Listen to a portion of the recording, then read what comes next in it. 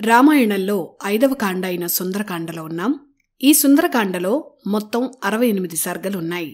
వాటిలో ఇప్పటి వరకు 40 సర్గల వరకు ఉన్న విశేషాలను తెలుసుకున్నాం.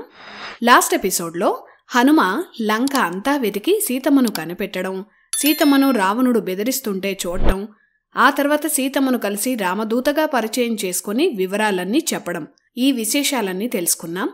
ఆ తర్వాత హనుమంతుల వారు లంకలో ఏం చేశారో ఈ ఎపిసోడ్లో తెలుసుకుందాం. తన కళ్ల ముందే రావణుడు సీతమ్మను బెదిరిస్తున్నా తాను చూస్తూ ఉండాల్సి వచ్చిందని హనుమకు మహాకోపం వచ్చింది.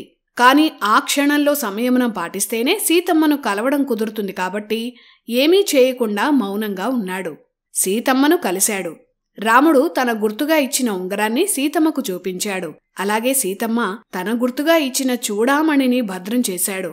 సీతమ్మకు ధైర్యం చెప్పి తిరిగి తన వానర బృందం ఎదురుచూస్తున్న వింధ్యా తీరానికి వెళదామని సిద్ధమయ్యాడు. కాని రాముడు పంపిన ఒక వానరుడికే ఎంత శక్తి ఉందో ఈ లంకకు చూపిద్దామని అనుకున్నాడు.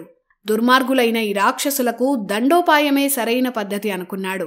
తాను సృష్టించే విధ్వంసం వల్ల రావణుడి బలమెంతో కూడా ఒక అంచనా వస్తుంది. అది శ్రీరాముడికి సుగ్రీవుడికి చెప్తే యుద్ధ వ్యూహానికి ఉపయోగపడుతుందని హనుమ ఆలోచించాడు. రావణుడిని కలిసి శ్రీరాముడి దూతగా అతన్ని హెచ్చరించాలని, అందుకు రావణుణ్ణి కలవాలని హనుమ అనుకున్నాడు. కాని నేరుగా వెళితే ఒక వానరుణ్ణి రావణుడు అస్సలు గౌరవించాడు. అందుకే రావణుడికి తన వీరత్వాన్ని చూపించి కోపం తెప్పించాలని అనుకున్నాడు. అప్పుడు రావణుడిని కలవచ్చన్నది హనుమ ఆలోచన. అనుకున్నదే తడవుగా రావణుడికి ఎంతో ఇష్టమైన అశోకవనాన్ని ధ్వంసం చేయడం మొదలుపెట్టాడు. పెద్ద పెద్ద చెట్లు పీకి అందమైన సరస్సులు భవనాలపై విసిరేశాడు. ఇష్టం వచ్చినట్లు అశోకవనంలో తిరుగుతూ ఆ వనాన్ని విధ్వంసం చేశాడు. కొద్ది సమయంలోనే అశోకవనం అంతా నాశనమైంది. ఇదంతా చూసి అక్కడ కాపలా కాస్తున్న రాక్షస స్త్రీలు భయపడ్డారు. వారి ముందు అంతెత్తుగా హనుమ ఉన్నాడు.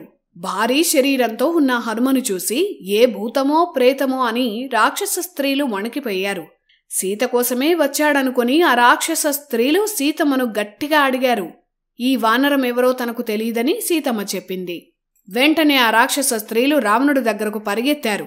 రావణ ప్రభు, ఎప్పుడూ చూడని మహాభయంకరమైన వానరుడు అశోకవనాన్ని ధ్వంసం చేస్తున్నాడని ఆ రాక్షసులు రావణుడికి చెప్పారు. ఇంకా ఇలా చెప్పారు కూడా, సీతమ్మ చెప్పడం లేదు గాని ఆ రాముడే ఈ వానరుణ్ణి పంపాడని మాకు అనుమానంగా ఉందని, తక్షణం అతన్ని శిక్షించకపోతే మరింత విధ్వంసం సృష్టిస్తాడని ఆ రాక్షస స్త్రీలు రావణుడికి చెప్పారు. అది విన్న వెంటనే రావణుడు ఆగ్రహంతో అరిచాడు. భారీ శరీరంతో హనుమ ఉన్నాడని రాక్షస స్త్రీలు చెప్పారు కాబట్టి ఒకరిద్దరు సరిపోరని ఏకంగా 80,000 మంది రాక్షస సైన్యాన్ని హనుమను సంహరించేందుకు పంపాడు. అప్పటికే అశోకవనాన్ని ధ్వంసం చేసి అశోకవనం ముఖద్వారం దగ్గర యుద్ధం కోసమే హనుమ ఎదురుచూస్తూ నిల్చున్నాడు. ఇంకా ఎవరూ రాలేదేంటా అని చూస్తున్నాడు. అంతలోనే 80,000 మంది రాక్షసులు గుంపులు గుంపులుగా విడిపోయి హనుమను చుట్టుముట్టారు. హనుమ తన శరీరాన్ని మరింత భారీగా పెంచాడు. ఆ ఆకారం ఎంత ఉందంటే ఆ రాక్షసులు హనుమ మోకాళ్లంత ఎత్తు కూడా లేరు. ఆ గుంపును చూసి హనుమ వారికి భయం కలిగేలా ఒక్క అరుపు అరిచాడు. ఆ శబ్దానికి లంక అదిరింది. ఇప్పుడు మనం చెప్పుకుంటున్నది సుందరకాండలో 42వ సర్గ విశేషాలు. ఈ 42వ సర్గలోనే అత్యంత శక్తివంతమైన శ్లోకాలున్నాయి. ఇవి ఎంత శక్తివంతమైన శ్లోకాలంటే ఏదైనా ఒక ముఖ్యమైన పని అసాధ్యం, ఇది జరగదేమో అని ఎవరికైనా అనిపించినప్పుడు ఇప్పుడు మనం పఠించబోయే శ్లోకాలను గనక రోజూ మనం పఠిస్తే అసాధ్యమనుకున్న పనులు కూడా సాధించగలిగే మానసిక శక్తి మనకు లభిస్తుందని, అన్ని భయాలు తొలగిపోతాయని పెద్దలు చెప్తారు. ఆ శ్లోకాలు ఇవే. ఇవి సుందరకాండలో 42వ సర్గలో 33 నుంచి 36 వరకు ఉన్న శక్తివంతమైన శ్లోకాలు. హనుమ శక్తిని వివరించే శ్లోకాలు ఇవి. జయత్యతిబలో రామో లక్ష్మణశ్చ మహాబలః రాజా జయతి సుగ్రీవో రాఘవేణాభిపాలితః దాసోహం కోసలేంద్రస్య రామస్య క్లిష్టకర్మణః హనుమాన్ శత్రు సైన్యానాం నిహంతా మారుతాత్మజః న రావణ సహస్రం మే యుద్ధే ప్రతిబలం భవేత్ శిలాభిస్తు ప్రహరతః పాదపైశ్చ సహస్రశః అర్ధయిత్వా పురీం లంకామభివాజ్య చ మైథిలీం సమృద్ధార్థో గమిష్యామి మిషతాం సర్వరక్షసాం. ఈ 4 శ్లోకాలను జయస్తుతి అని కూడా అంటారు. ఈ 4 శ్లోకాల్లో హనుమ తన శక్తి గురించి తానే వివరిస్తూ చెప్పారు. ఎవ్వరికీ భయపడేది లేదు, ఎవ్వరొచ్చినా వారిపై విజయం సాధిస్తాను అని చెప్పే శక్తివంతమైన శ్లోకాలు.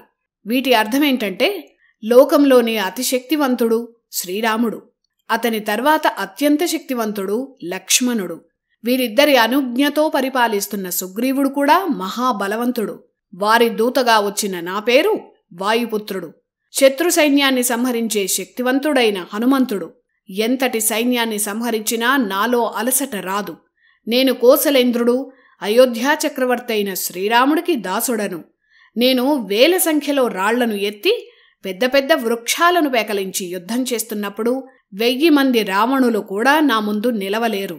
ఈ రాక్షసులందరూ చూస్తుండగానే లంకాపట్టణాన్ని ధ్వంసం చేసి సీతమ్మకు నమస్కరించి వచ్చిన పని పూర్తి చేసుకొని వెళతాను. ఇది ఈ 4 శ్లోకాల అర్థం. ఇవి అత్యంత శక్తివంతమైన శ్లోకాలు. ఎంతటి కఠినమైన లక్ష్యాన్నైనా ఛేదించే మానసిక శక్తి వస్తుంది. ఇలా తన శక్తిని తాను గుర్తు చేసుకున్నాడు హనుమ. ఎదురుగా ఉన్న రాక్షసులు విసిరిన ఆయుధాలు హనుమ పట్టించుకోలేదు. ఆ ఆయుధాలనే పట్టుకొని తిరిగి ఆ రాక్షసుల మీదకే విసిరేశాడు. అశోకవనానికి పెద్ద ముఖద్వారముంది. ఆ ద్వారానికి 10-12 అడుగుల పొడవున్న ఇనుప గడియ ఉంది. ఆ ఇనుప పరిగతో కనిపించిన రాక్షసులందర్నీ హనుమ సంహరించాడు. అలా 80,000 మంది సైనికులు హతమయ్యారు. వారిలో ఒకరో ఇద్దరో బతికారు.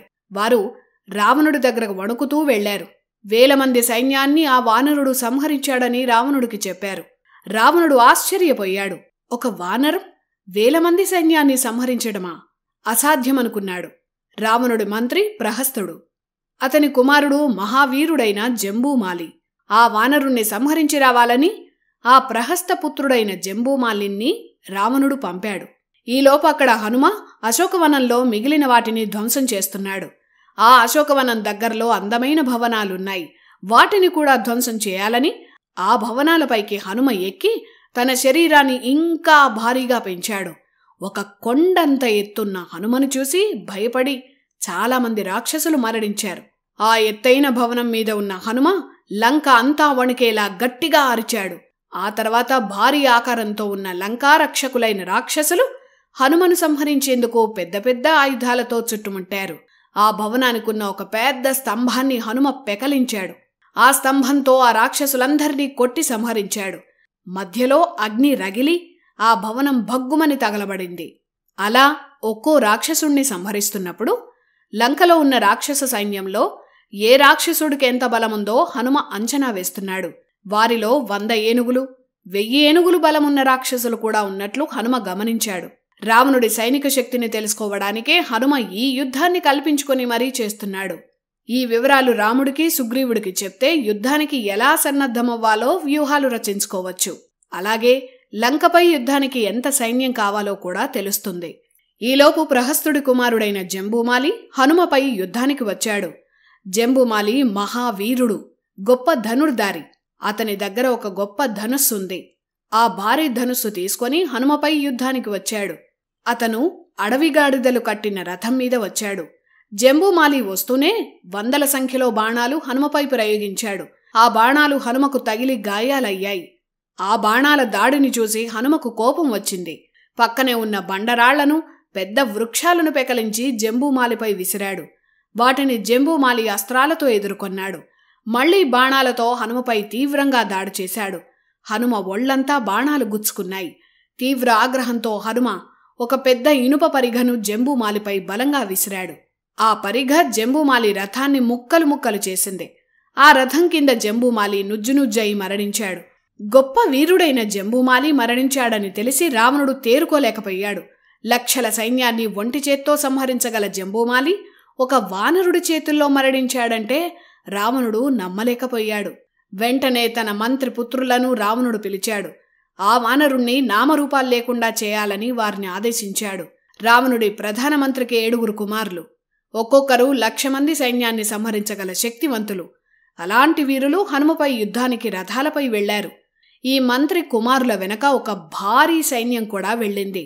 అస్త్రవిద్యలో ఆ 7 రాక్షస వీరులు నిష్ణాతులు. వారి చేతుల్లో బంగారంతో చేసిన ధనుస్సులున్నాయి. ఒక్కొక్కరిని సంహరించాక హనుమ యుద్ధం కోసం ఎదురుచూస్తూ అశోకవనం ముఖద్వారం దగ్గర నిల్చున్నాడు. మంత్రి కుమారులు అతని సైన్యాన్ని హనుమ చూశాడు. వస్తున్న 7 కుమారులు అస్త్రాలతో వేల బాణాలతో హనుమను ముంచెత్తారు.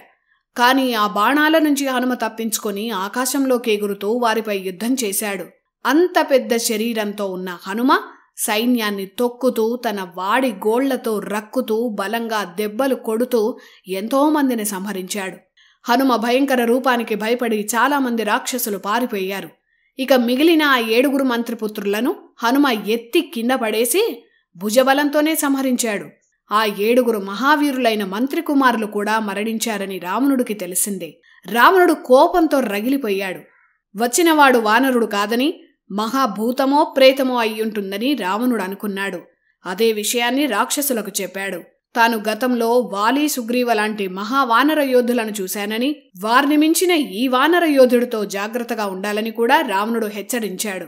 ఒకప్పుడు రావణుడిని తన బాహువుల్లో బంధించి వాలి 4 సముద్రాల నీళ్లను తాగించిన విషయాన్ని దశగ్రీవుడు గుర్తు చేసుకున్నాడు.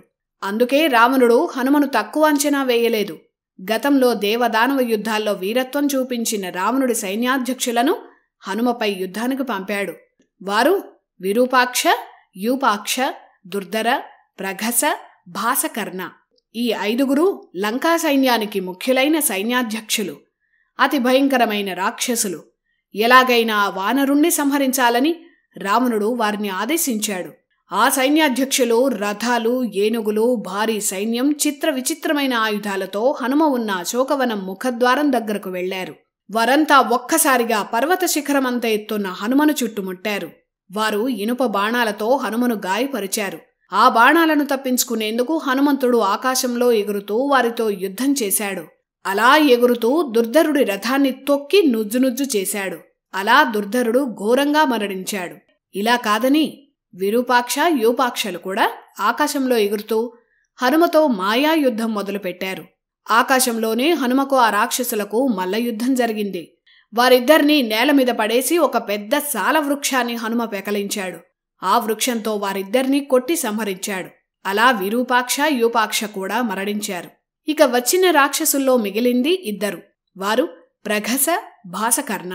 వారిద్దరూ శూలాలతో హనుమపై విరుచుకుపడ్డారు. ఆ ఆయుధాల గాయాలతో హనుమకు రక్తం చిందింది. కోపంతో ఆ పక్కనే ఉన్న ఒక పర్వత శిఖరాన్ని పెకలించి ఆ రాక్షసులిద్దరిపై పడేశాడు. వారిద్దరూ ఆ బండరాళ్ల మధ్య నలిగి మరణించారు. అలా ప్రఘస, భాసకర్ణ కూడా మరణించారు. ఇలా రావణుడి సైన్యంలో అత్యంత ముఖ్యమైన యోధులు విరూపాక్ష, యూపాక్ష, దుర్ధర, ప్రఘస, భాసకర్ణ. ఈ 5 హనుమ చేతుల్లో మరణించారు. వీరు మరణించాక వీరితో వచ్చిన సైన్యం భయంతో పరుగులు తీసింది. వారిని కూడా హనుమ బండరాళ్లు విసిరి, వృక్షాలను విసిరి అందర్నీ సంహరించాడు. చెల్లాచెదురుగా పడి ఉన్న రథాలు, మరణించిన మృగాలు, శవాలతో అశోకవనం భయంకరంగా మారింది. వారిని సంహరించగానే మళ్లీ హనుమ, నేను యుద్ధానికి సిద్ధం, ఎంతమందిని పంపుతావో పంపించు అని రావణుడికి సవాలు విసురుతున్నట్లుగా అశోకవనం ముఖద్వారం దగ్గర ఒక మహావీరుడిలా నిల్చున్నాడు. తన 5 సైన్యాధ్యక్షులను కూడా ఒక వానరం సంహరించిందని తెలిసి రావణుడికి ఏమీ అర్థం కాలేదు. వాలిని మించి ఈ వీరుడెవరా అని రావణుడు ఆలోచనలో పడ్డాడు. ఇక ఉపేక్షించి లాభం లేదని మాయాయుద్ధంలో ఆరితేరిన అక్షకుమారుణ్ణి రావణుడు ఆదేశించాడు. రావణుడి కుమారుల్లో అక్షకుమారుడు ఒకరు. ఇంద్రజిత్ తర్వాత అంతటి వీరుడు. గొప్ప తపస్సు చేసి ఎగిరే రథాన్ని పొందాడు. ఆ రథం నేలమీద, ఆకాశంలోనూ ప్రయాణించగల బంగారు రథం. ఆ రథంలో విధ్వంస ఆయుధాలు ఎన్నో ఉంటాయి. అక్షకుమారుడు ఆ రథం మీద ఉన్నంత వరకు అతన్ని దేవతలు కూడా ఓడించలేరు. అంతటి వీరుడు అక్షకుమారుడు. ఎంతటి వీరుడైనా అక్షకుమారుణ్ణి ఓడించటం సాధ్యం కాదన్న నమ్మకంతోనే రావణుడు అతన్ని హనుమపై యుద్ధానికి పంపాడు. అక్షకుమారుడు తన మహిమాన్విత బంగారు రథంపై హనుమ ఉన్న చోటికి బయలుదేరాడు. ఆ రథానికి ఎంతో వేగంతోనైనా ప్రయాణించగల 8 మాయా అశ్వాలున్నాయి. అక్షకుమారుడు మనసులో కోరుకున్న చోటికి ఆ అశ్వాలు రథాన్ని తీసుకువెళతాయి. అక్షకుమారుడు హనుమ ఉన్న చోటికి తన సైన్యంతో వచ్చాడు. అంతటి అక్షకుమారుడు కూడా హనుమను చూసి ఆశ్చర్యపోయాడు. ఎంతోమంది ప్రముఖ వీరులు, వేల మంది రాక్షసులను సంహరించిన ఇతను సామాన్య వానరుడు కాదని అక్షకుమారుడు గుర్తించాడు. అక్షకుమారుడు ప్రయోగించిన అస్త్రాలకు లంక దద్దరిల్లింది. విషం చిమ్మే విచిత్రమైన అస్త్రాలను హనుమ తలకు గురిపెట్టి అక్షకుమారుడు ప్రయోగించాడు. ఆ శక్తివంతమైన అస్త్రాల దెబ్బకు హనుమ తలకు గాయమైంది. హనుమ కళ్ల మీద నుంచి రక్తం కారుతోంది. ఆ దెబ్బకి హనుమ ఆగ్రహించాడు.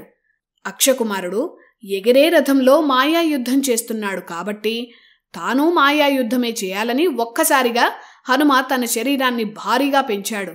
హనుమ గాల్లోకి ఎగిరి ఆకాశంలో తిరుగుతున్నాడు. అక్షకుమారుడు తన ఎగిరే రథం మీద ఆకాశంలో హనుమను వెంబడిస్తూ అస్త్రాలు సంధిస్తున్నాడు. ఆ అస్త్రాలను తప్పించుకుంటూ హనుమ ఎగురుతున్నాడు. వయసులో చిన్నవాడైన అక్షకుమారుడి వీరత్వానికి హనుమ కూడా ముచ్చటపడ్డాడు. అతను ఎన్ని అస్త్రాలు సంధించినా అక్షకుమారుణ్ణి సంహరించటానికి హనుమకు మనసొప్పడం లేదు. కాని అక్షకుమారుడు వరుసగా ప్రయోగిస్తున్న అస్త్రాలకు హనుమకు గాయాలవుతున్నాయి. ఇలాగే ఉపేక్షిస్తే తాను వచ్చిన పని చెడిపోతుంది గనుక రాక్షస వీరుడైన అక్షకుమారుణ్ణి సంహరించక తప్పదని హనుమ నిర్ణయించుకున్నాడు. వెంటనే అక్షకుమారుడి రథానికి ప్రధానమైన 8 మాయా గుర్రాలను హనుమ తన భుజబలంతో కొట్టి విధ్వంసం చేశాడు. ఆ రథాన్ని కూడా ముక్కలు చేసి నేల మీదకు విసిరేశాడు. అలా రథంతో పాటు అక్షకుమారుడు కూడా కింద పడిపోయాడు. అయినా అక్షకుమారుడు మరణించలేదు. మాయా విద్యల్లో ఆరితేరిన ఆ రావణ కుమారుడు గాల్లోకి ఎగిరి తన ధనుస్సుతో అస్త్రాలు ప్రయోగించాడు. అప్పుడు హనుమ వేగంగా అక్షకుమారుడి దగ్గరకు వెళ్లి అతన్ని గిరగిరా తిప్పి నేల మీదకు గట్టిగా విసిరేశాడు.